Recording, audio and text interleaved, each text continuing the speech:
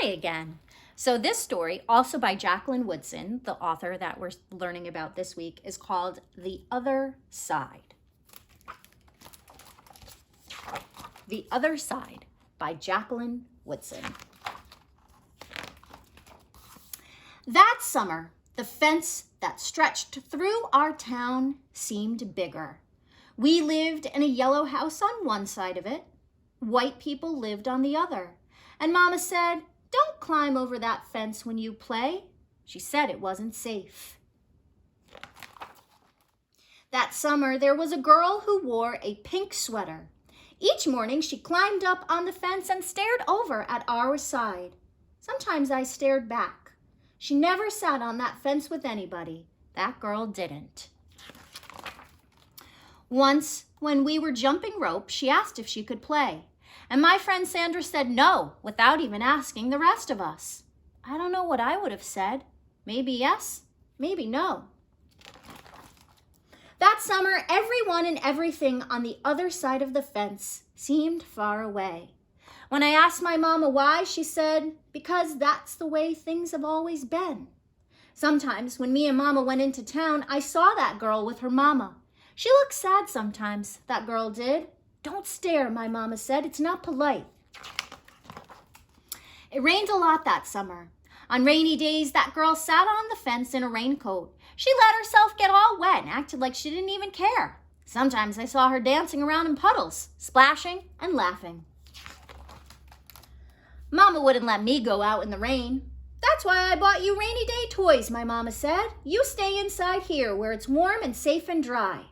But every time it rained, I looked for that girl, and I always found her somewhere near the fence. Someplace in the middle of the summer, the rain stopped. When I walked outside, the grass was damp and the sun was already high up in the sky, and I stood there with my hands up in the air. I felt brave that day. I felt free. I got close to the fence, and that girl asked me my name. "Clover," I said.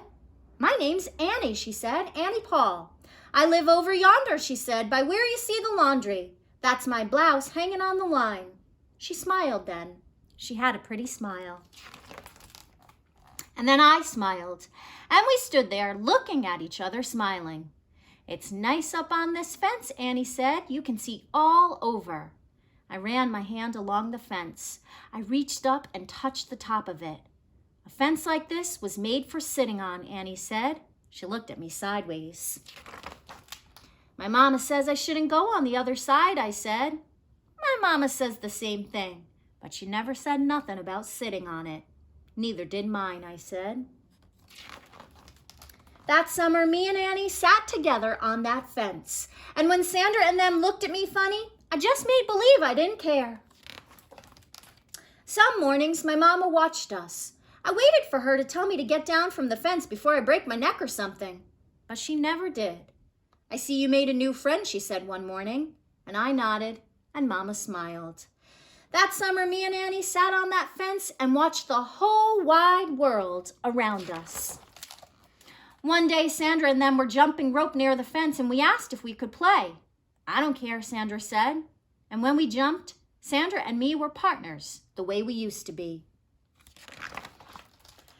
When we were too tired to jump anymore, we sat up on the fence, all of us, in a long line. "Someday, somebody's going to come along and knock this old fence down," Annie said.